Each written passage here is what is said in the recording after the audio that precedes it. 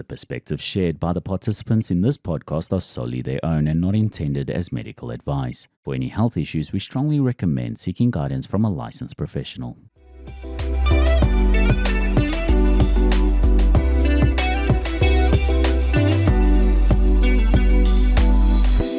Hi everyone, welcome back to Rare Realities with Madimo Mimo Mokgosi, where we dive into the emotional journeys of individuals living with rare conditions, where we tell one story at a time.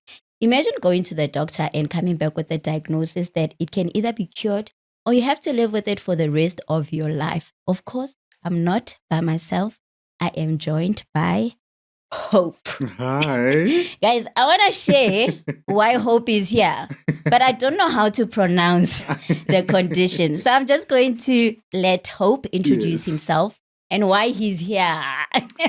Hi, everyone. My name is Hope Pakwaro. I am a digital content creator and producer. And I am a man living with gynecomastia, which is essentially, just to, in summary, the overgrowth of the male breast tissue during puberty caused by a hormonal imbalance. So having just a slight more estrogen than testosterone. Interesting. Guys, I think most of us grew up seeing it, but we just never knew that it had a name. Yes. And most people probably thought it was just fat. Yes. And when did you realize that you were different? I mean, I've always been a big kid, even growing up. So when you get into puberty, you start developing, you start growing facial hair, you start really growing into yourself. So when I was hitting puberty, towards mid to late teens, there was a time where my weight started going down a bit. But what I was realizing is that the more I lost weight, I just had boobs, and they're just like really refined. They're just like there. They're like, this does not look like fat. This looks like boobs. It looks like I could have a bra on. And then I started doing my research. I remember like my first Google search was literally like, what does it mean when a guy has boobs? Yeah. And then it said gynecomastia. And then that was my first, I guess, self-diagnosis of the condition. I don't like to call it a disease. Of the condition. I also prefer the word condition. No, not disease. But yeah, that was my first self-diagnosis of the condition. And then I remember the following year, I believe I was in matric. Halfway through the year, I had to go to hostel because I had to focus on school and all of that. And I think that's where I first really had a challenge coexisting around other people with the condition, because we had to share showers. Oh, shit. So if most of the guys were waking up at like 6 a.m. to go shower, I usually woke up at like 5 a.m. because I just didn't want to be seen without clothes on. Yeah. And I mean, it's that stage where you feel you're supposed to be like more confident. Yes. Because you just left high school and... well, it was like at the end of my high school journey. Yeah. So I'm supposed to be confident in the sense that like, I'm a senior, I'm finally done. Of course. I'm used to the place and stuff like that. But particularly at hostel, I was very conscious of it. Yeah. And then have you faced any complications, or they just there? They're not painful? No, they're not painful. There's no discomfort. They're just there. Yeah. So now, did it affect you somehow emotionally? I think it affected me a bit. I wouldn't say, I guess emotionally, because it did hit on my self-confidence a bit at hostel, right? However, once I moved to uni, I'm queer, I'm gay. So I started then exploring my sexuality. Embracing it more. And embracing it more. So obviously that came with, I went through a phase where I was like cross-dressing, and I've worn wigs and I've worn skirts and I've done this and I've done that. Like I believe in dibbling and doubling in everything and figuring out like who you truly are. So True. I think when I went through that stage, that helped me, I guess, fall in love with them. Because when I did the whole feminine look, I felt that it sort of, I guess, elevated. They played along. Listen, they played along. They played along really well. It was a perfect fit. As a perfect fit. And I think I'm really glad I also went through that phase, because going through that phase where I was very feminine and wearing wigs taught me to really fall in love with all of me. Yeah. So once I started getting out of that and finding who I am as a Black queer man in society, I was already in love with them. So for me, they're not, like I said, they're not a disease, it's a condition. They're just there. Yeah. They're part of me. Then would you say they changed the way you dress? Yes. They definitely have affected the way I dress, because I will, for example, like I usually wear baggy stuff, because although they don't bother me, I'm also not trying to be answering questions from every other person like, why do you have boobs and a beard? What's going on? Do you get what I mean? So I definitely do wear baggier shirts and baggier clothes.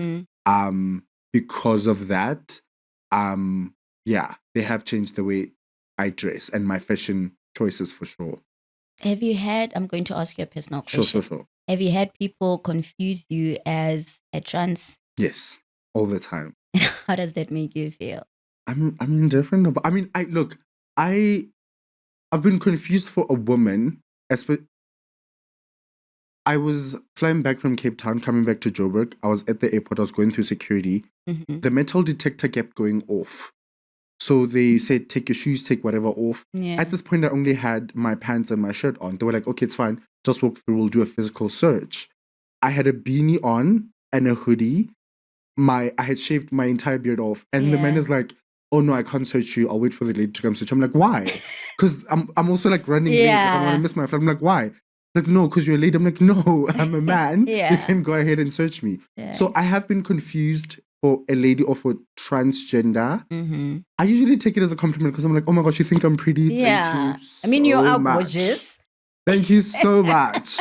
However, I remember when I first spoke up about it on social media, it was because of backlash, like negative backlash. So I had recorded a vlog, and when I posted it, I guess they were there, the girls were there, and a lot of people in the comments were just very, very, very nasty.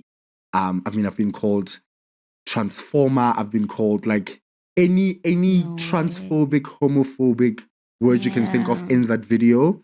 It's all there. So then that's when I was like, okay, I think I'm going to take this. You're ready to address this. I'm ready to address this. But I also was like, I want to make it an educational moment. Yeah. Because people don't really, one, know about, and two, speak about the condition. The nice part is that you turned it into an educational thing. Yeah. I mean, you are now teaching the very same people that were like nasty. You're not stepping as low as they were. And for people who now didn't know, now know. They now know, yes. Yeah. Because I've had even people reach out to me and say, hey, I have the same thing. I just didn't know what it was called. Yeah. People have sent me DMs of their stories where they're like, their confidence is like at an all-time low because of it. Because also people didn't know how to go about, I guess, curing it, because I guess it can be cured through surgery. Oh, that's the only... I mean, there are people on social media that are like, if you go to gym and you really pump your chest, it goes away. But through my own research and having read like medical articles and stuff like that, and also having been to another medical podcast to speak about the same thing with doctors, I just forgot their names. They said that it's surgical to remove it. Yeah. So you basically go get a reduction. Oh, okay. Yeah. That's interesting. Yeah. And the sad part is that because something is not spoken of much, people think it does not exist. Yes. And when you find that, hey, it does exist, you'll find more people coming out and saying, hey, look, I've got the same thing. I've been hiding for years. Yeah. What do I do? Mm-hmm. And now that they know there's no treatment, but now going under surgery and cutting it. The best part is that now we can literally do anything and everything. Yeah. Like we can fix almost everything. Everything, yeah. Everything. Yeah. Anything you are unhappy with about yourself, you can go snip, snip, Yeah. and be done. And what would you say were the best moments that you recall? Maybe like a compliment or something that happened on a day where you just show them and your worst day. Wait, ask that again? What would you say was the best day Yes. of your life? Remember, let's say you stepped out and you received a compliment Yes. on your baby. On the okay. It can be, let's say, from a partner or friends. Okay. Yeah. Pride 2020. Pride 2024. No, this is when I was like deep in my. I'm exploring my sexuality. I'm trying everything. I'm doing hair. I had like very long hair. Yeah. Like I have very long hair. I remember I wore a mini skirt and a bikini top to Pride. So when I got there, people were, well, most people thought I was a girl. So I think on that day, I was also just like, you know what, I'm going to embrace the babies. And I got, a lot of compliments that day. Yeah. A lot of compliments that day. Can you be without a top? Or they people feel like it's nudity somehow. No, or you I mean, even I feel feel like yeah. I mean, I don't even swim without a shirt on. Yeah. I feel like it's public indecency. Yeah. Because they're really there. Yeah. Like I could full on buy a bra and put it on. They're like really there. Yeah. So would I love to be without a top in public? Absolutely. Can I? I just feel like it's public indecency for me because they're there. Yeah. Yeah. No, I hear you. And you did mention that you dressed according. And what would you like to share that you feel that we didn't touch on? Regarding the condition. I think for me, the way I live and lead in life is like nothing is that deep. Like nothing is that serious. But I also understand that me speaking like this is me speaking from a point of privilege because I've, for example, irrespective of what I've gone through, have never really struggled with mental health and stuff like that. So I understand that with some people, when they're dealing with things, they're dealing with them from a perspective of maybe having anxiety or perspective of having depression or being an overthinker and stuff like that. But like if you have a condition and you feel like, I don't know, you feel like you're the black sheep on the face of the planet, although it may feel like people are looking, I can guarantee you, like, people don't really care. Like everyone has a lot going on. True. So like take it easy. Like give yourself some grace, you know? It's not your fault that you are who you are or you are the way that you are. I understand that it may be your responsibility, although it's not your fault. But you're also just human. So you can I don't know, take it slow, give yourself grace. It's I always say it's at the end of the day will end, and it's not that deep. I love that. At the end of the day, the day will end. You know where I use this? When I'm hiking and I feel like it's not coming to an end.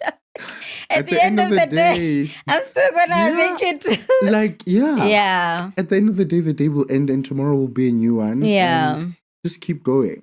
True. Also, like for me, it's a thing of like, there's this saying that says if you can't beat them, join them, right? Yeah. I have this condition. I don't want to go under the knife. I don't want to have surgery. Yeah, no, I get you. I don't want the scar. I don't want that. Yeah. So if I can't beat it, I might as well fall in love with it and enjoy it. Yeah. And you are embracing it. Yeah. You said something so important. I came across a post of you addressing like the negative comments, and I thought, oh my goodness, this is what I want everyone to hear when you spoke of the blueprint. Yes. And I don't think people understand yeah. what social media does. Yes. Because now you're approaching someone, you don't know this person, you coming with your own insecurities to become negative, and then only to find later, few months down the line or even days, you're looking for a job. You can't find it. You can't find a job. But also, beyond that, like, I could be going through the most, and you find that the one thing I needed to just end it all was that little snarky comment you made. And you saying, but I'm not the only one who said it, is not enough, because what your contribution might be what actually sends me off the edge. The last push. It could be the last push. Yeah. Your little contribution. Also, this thing of people saying, no, but we want to learn. It's not my responsibility to educate you. Teach We you. live in a day and age where we have endless access to Wi-Fi, endless access to the internet. There is a wealth of free information and knowledge on everyone's phone. Yeah. I don't understand. I don't know if people are lazy or people want to be bullies and mask being bullies behind the wanting to be educated. Yeah. But like, you can really pick up a phone and say, like, why is ABCDFG like this? True. Do you get what I mean? True. Don't be a bully, and then when you're being confronted for it, hide behind the fact that you want to learn. But yeah, digital footprints are they're quite dangerous, and I don't think people truly understand them. I mean, even with myself, like, the content I create is, like, I believe very family friendly, like PG-13. Yeah. But even in that, there's still a risk. Like, I'm a law student, and I know there's a law firm out there that will look at my application and look at the application of another law student who has no digital footprint and most likely choose them. Because when a client comes in and sees them, they will not have preconceived notions of who they are. Yeah. So if having a digital footprint, even if it's in the best way, already has to some degree disadvantages, why would you go out of your way to say nasty things and have your name attached to just nastiness? The worst. Online for the rest of your life. Yeah. Because the internet is going to exist forever. True. So why would you? It's not like they don't know. Then what is it? It's not like, I guess at that moment, they probably feeding that I don't know, the demon, because I'll call it a demon, because what is that? Mm-hmm. But then what? My thing is, you cast me out, then what? Then what? And I'm telling you, if you were to ask them in the comment section, they won't know. It's a matter of, I said this, I hope it hurts them. That's their job. I'm out there to hurt someone, and I'm going to do it. And they know they'll flourish. I mean, yeah, clickbait, you get 1,000 likes on your comment, hooray. 20 people visited your profile. You're the celebrity for the day, great. But now, you need a job. Yeah. And I don't think people believe that employers do background checks. I don't think people believe that. And they do that. They do. Because even a simple Google search, if I search your name, Spamandla Mokgosi, or whoever you are, I can see your LinkedIn, I can see your Instagram, I can see your TikTok, I can see every single thing you're doing from a simple Google search. Yeah. I don't need to hire like a private investigator or people who are in cybersecurity. Just a simple Google search. I can see what you're up to. Sure. So I think people need to be very careful with what they say to people online. And if you want to educate yourself on something, pick up your phone. Search. There are endless videos, endless articles about anything and everything. We can only do so much. True. But at the end of the day, it's on them. It's really on them. Yeah. Yeah. It's sad. But I guess good luck to them. I guess good luck to them. And you, Hope, what are you busy with now? I am a law student. I'm doing my third year. I am a content creator. Yeah. I am a content producer as well. I freelance as a content producer. Working in festivals. Nice. Yeah, that's what I do. That's what I do. Interesting. Yeah. Like you're doing so much. I know. I need to. It's a problem, but Where yeah. do you find time to even rest There or isn't time to rest. yourself? In the past 2 weeks, probably I'm like surviving on 2 crash outs a day, but it's fine. I mean, it's fine. Like I would rather be as busy as I am than not be busy at all. Yeah. No, I guess also it keeps your mind. It keeps my mind sane, going. yeah. It keeps my mind sane. Yeah. Yeah, no. I think I'm more at peace when I'm like booked and busy and there's just like a plethora of things Yeah. to get done. It's stressful, but I'm more at peace when I'm in that situation than when it's just like this when I'm just doing school. Yeah, I get you. no. I need a distraction. Because one thing I know, school, content creation. Yeah, and those two are like those two are full time. So school and content creation is full time, and then the content production part is like on a project by project basis. But then the projects, I mean, sometimes a project is 6 months, so like then it's like basically half of the year. I'm currently working on one. I started this past Saturday. I'm finishing on the 10th of July. Yeah, it's a like this, not a festival. It's a championship, you could call it. It's a particular sport that's come into South Africa. Oh, okay. And I'm the community manager for them. So like it's like an everyday 24-hour thing that I'm doing now. At this point, you have more than 24 hours. Yeah, like, do you know what I mean? Like, it's like an everyday. So, like, the minute I wake up on my phone until the time I go to bed. Yeah. Yeah. But I mean, I love it. I wouldn't change it for anything. Yeah. I think even after my degree, I want to be in the creative space and work in the creative space until I die. That's nice. Yeah. I guess you're very creative. I believe so. You are. Yes. Actually, yes, I am very creative, guys. Now we know who to go to if we're looking for someone who's like very creative. Yes, please. Hit me up. We would go on and on. Yeah. But thank you so much, Hope, for coming through. Thank you for having me. And sharing your story. Thank you. And now we know what the condition is called, ne? Yes. Now when I go home, I just need to practice how to pronounce it. Gynecomastia. Until next time, for now, bye.